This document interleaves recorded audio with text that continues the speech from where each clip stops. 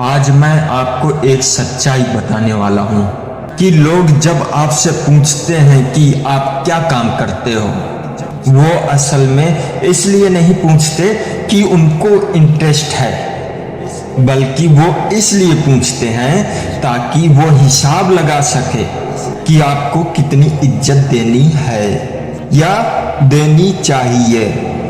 और ये बात कितनी सच है वो आप अच्छी तरीके से जानते हो।